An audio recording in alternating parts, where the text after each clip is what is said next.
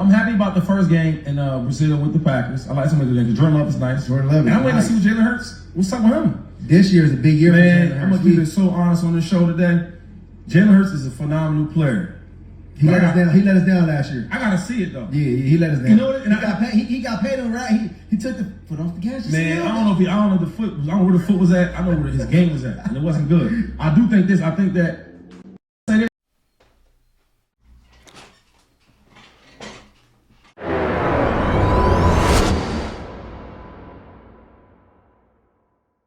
Yeah, man, y'all see the clip, man. Y'all see the clip. I'm going to be frank with you, man. I'm going to be real with you. I don't like it. I don't like the clip, for the obvious reasons, you know what I mean, that a lot of people might not pick up on this. Like, this is the thing. This is what players have to go through when they become media. You know what I mean? You can't forget that you also played. You can't forget that you also played. You can't forget that sometimes people are going to look back and say, hey, what did you do, though? What did you do? And y'all know me, man.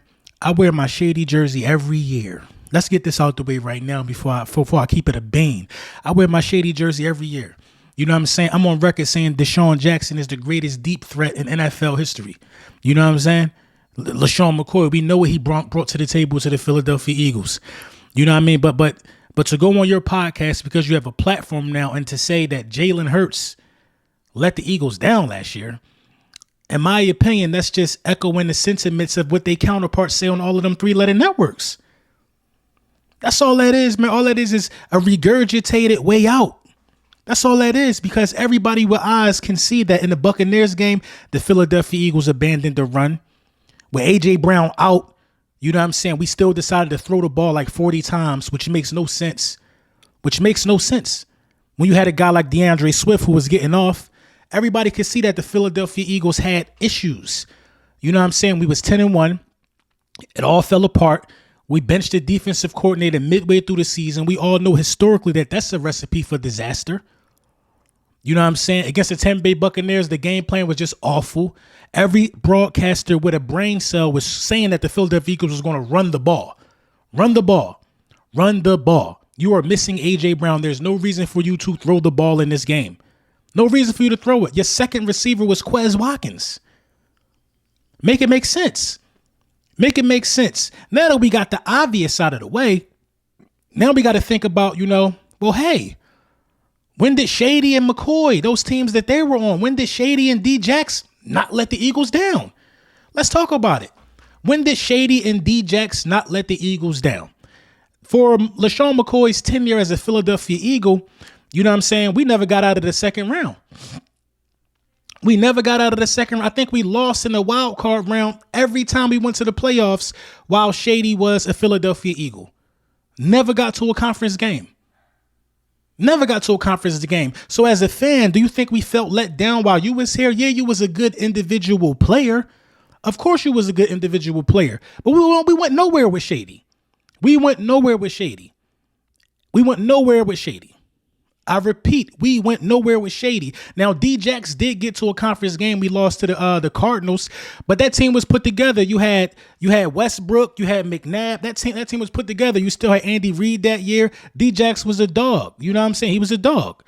You know what I mean? But after Andy Reid left, where did the Philadelphia Eagles go? Where? In fact, that last NFC Championship appearance where we lost to the Cardinals, you know what I'm saying? We didn't get back to the NFC Championship until Nick Foles won the Super Bowl. So the year the Deshaun Jackson sophomore year started a drought for the Philadelphia Eagles. So how are we not let down during that period too? How? If we're gonna keep it all the way a buck, I mean, these guys are talking like, you see, I could understand how Emmitt Smith and Deion could talk. They really could talk. But there's not a lot of former Philadelphia Eagles that could talk about Jalen Hurts in this offense in this current team right now. The only ones that can talk about Jalen Hurts in this current team right now is Nick Foles and them, the guys that won it. Them the only ones that could talk. No other Eagles team can talk about Jalen Hurts. I'm sorry, that's just what it is. That's just what it is. You know what I mean? And you know, I got nothing but those two of my favorite Eagles. Two of my favorite Eagles, these guys. But it's like, you got to hold the mirror up to yourself. You got to be for real. You got to be accountable. Y'all just did a whole episode of blaming the downfall on the team on Chip Kelly. Now, listen, I'm no Chip Kelly fan, but Chip Kelly ain't never touched the football field. Let's keep it a buck. He ain't never touched the football field. So come on, man. Come on. Y'all let us down too. I remember them years. I'm a real Philadelphia native. I remember how the city felt. We don't feel like Jalen Hurts let us down last year. That ain't how the city feeling right now. So we're not going to let two Eagles greats help spin that narrative, bro. Keep it a bean. Talk about how bad the defense was. Talk about how poor the tackling was. Talk about how bad Nick Sirianni and the coaching staff was last year. Before you talk about a quarterback that took your team to the Super Bowl the year prior and was all pro.